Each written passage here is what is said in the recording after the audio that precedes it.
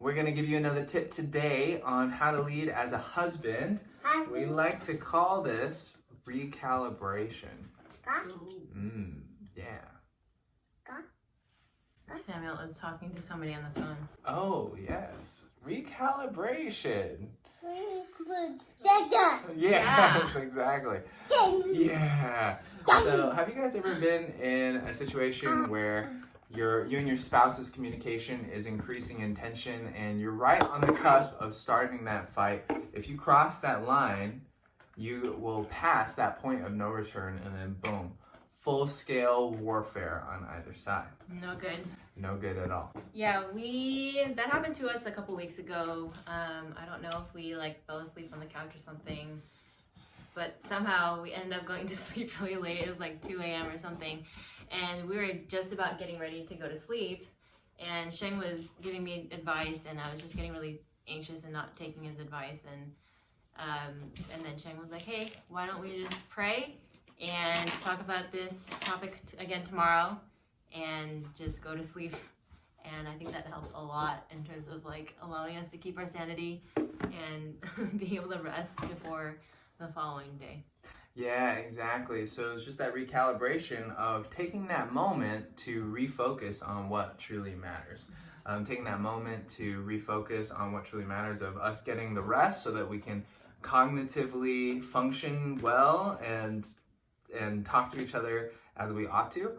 And then also taking that moment to remind each other of our commitment towards one another. So saying, things like, hey, I know that this is a difficult topic, but I just want to reaffirm again, hey, I love you and I appreciate you so much, and everything that we're saying is to be able to build our unity and our love together, right? Painting that vision, reminding and affirming that commitment, reaffirming that covenant, right? That second C. And the third C is reaffirming our consecration, that we are the Lord's, and that first and foremost, we're to glorify Him in our marriage. And so letting those three foundational truths really ground us, recalibrating even just for 30 seconds, and then being able to jump back into the conversation, course correcting so that we don't come into oblivion, leaving the boat, come into the iceberg, and then Titanic. And we get this principle from Proverbs 17:14. Yeah, Proverbs 17:14. You want to read it with us? The beginning of strife is like letting out water, so abandon the quarrel before it breaks out. And so the great imagery there is that there's this water trickling out, and if you don't stop that hole, whether it's a dam or some other kind of blockade for that water, it's going to exponentially increase until it just breaks out into a deluge or a flood. And that's a perfect image for stopping a fight. Because if you don't stop those little leaks and holes and recalibrate, then boom, it's going to go into a full-scale battle and argument. And that's not going to be good for the relationship. It's not going to be good for your testimony of the Lord's love in your marriage. So go recalibrate, husbands. Lead in that way.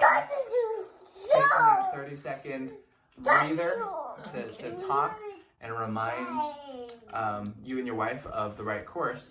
And I'm sure, we're sure, that your wife is going to super appreciate that. Yeah. Yay! All right. So see you guys later. See you guys. Bye. Bye. Bye. Say see ya. See ya. Later. See ya. Let's have Rowie say bye too.